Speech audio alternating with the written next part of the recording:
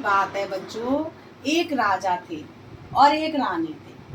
राजा का नाम था धर्मवीर, रानी का नाम था धर्मवती और बच्चों राज्य का नाम क्या था? विजयनगर। राजा रानी बहुत ही अच्छे, कर्मठ, न्यायप्रिय राजा थे और अपनी प्रजा से पुत्रवत प्रेम करते थे और प्रजा भी उनको पिता तुल्य प्रेम करती थी।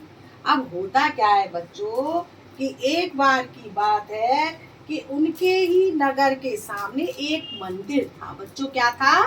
मंदिर। इनके राजमहल के सामने एक मंदिर था। मंदिर में एक सोने की घंटी थी।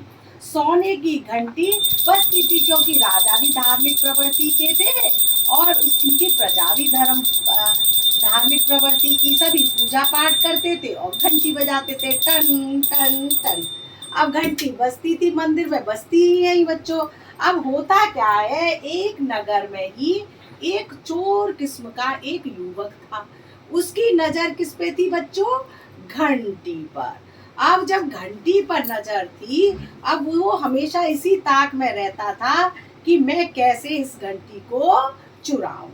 अब होता क्या है बच्चों कि एक दिन वो जाता है और शाम के समय घंटी को दबे पांव चुरा लाता है।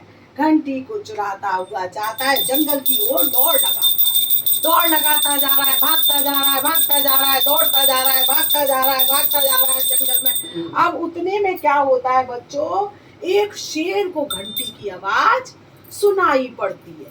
जब सुनाई घंटी पड़ती आवाज तो शेर देखता है कि यहाँ क्या है। उस घनी से ही वो शेर जाता है और उस लड़के पर झपट्टा मारता है और उस लड़के को खा जाता है। जब वो शेर खा जाता है तो उसके क्या रह जाते हैं बच्चों? अस्थि पंजर रह जाते हैं उस लड़के के और वो लड़का वहां से क्या होता है बच्चों? मर जाता है, खा लेता है सारा शेर और अस्थि पंजर रह जाते हैं और जो घंटी है वो लुढ़क के वहीं रह जाते हैं। सोने की जो घंटी थी छोड़ गया और उसके अस्थि पंजर वहां रह गए पड़े हुए। अब क्या होता है, शेर अपना खा पी के आराम करके जंगल में चला जाता है। उसके बाद क्या होता है कि वहां पे दो बंदर आते हैं। ये बंदर बैठे हुए हैं ना, एक बुजुर्ग बंदर है, एक बालक बंदर है।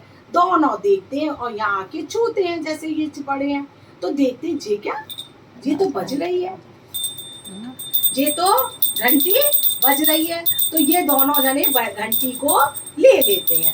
जब ये दोनों घंटी को लेते तो ये बड़े खुश होते हैं, पूरे दिन घंटी बजाते हैं। फिर आपस में कहते हैं ना भैया ना, अगर पूरे दिन घंटी बजाएंगे तो हम खाएंगे क्या, इसलिए इसके लिए प्लानिंग करते हैं, हम रात को बजाएंगे घंटी। अब रात को जब घंटी बजाते हैं तो ये 12 बजे 11 बजे घंटी बजती है, सुनाई पड़ती है गांव में। तो गांव में क्या सोचते हैं बच्चों कि जरूर कोई प्रेत आत्मा आ गई है। अब घंटी को जब प्रेत आत्मा कोई आ गई है, अब क्या होता है, जब 12 बजे घंटी बजती है तो गांव वासी क्या समझते हैं बच्चों कि वहाँ आपस में काना फूसी होती है। अरे यहाँ तो 12 बजे घंटी बज रही है, जरूर कोई प्रेत आत्मा आई है। दूसरे व्यक्ति से कहती है हाँ जरूर कोई प्रेत आत्मा आई है। अब काना फूसी होने लग रही है चारों तरफ नगर वास में, हाँ प्रेत आत्मा आ गई है, प्रेत आत्मा आ गई है। सारे लोग घबराते हैं कि जरूर ये तो हमें मार डालेगी, हमारे वृद्ध जनों को, बूढ़े जनों को, सबको ये प्रेत आत्मा खा जाएगी। अब क्या होगा, आपस में रोते हैं, चीखते हैं, मिलते हैं आपस में। अब जाते हैं राजा से, कहेंगे राजा के पास, महाराज अधिपति जी हमें रक्षा करो, हमें बचाओ। महाराज कहते हैं क्या बात है, कैसे तुम लोग परेशान हो? अरे महाराज एक प्रेत आत्मा आ गई है, वो हमको खा जाएगी, हमको मार डालेगी, अब हमें उससे हमारी रक्षा करो। महाराज कहते हैं ठीक है, अभी मैं देखता हूँ, प्रबंध करता हूँ। तो वो जाके मंत्री जी को बुलाते हैं, मंत्री जी आओ, मंत्री जी आते हैं। वो कहते हैं नगर में डोरी पीटो कि अगर कोई भी वहां पर उस प्रेत आत्मा को पकड़ के लाएगा उसको मुंह मांगा इनाम दिया जाएगा। महाराज इस तरीके से कहते हैं। जी हुजूर। वो जाते हैं, डोरी पीटते हैं, नगर वासियों सावधान, खबरदार, अगर जो प्रेत आत्मा आई है, जो भी नगर वासियों में से कोई भी पकड़ के लाएगा, उसे मुंह मांगा इनाम दिया जाएगा।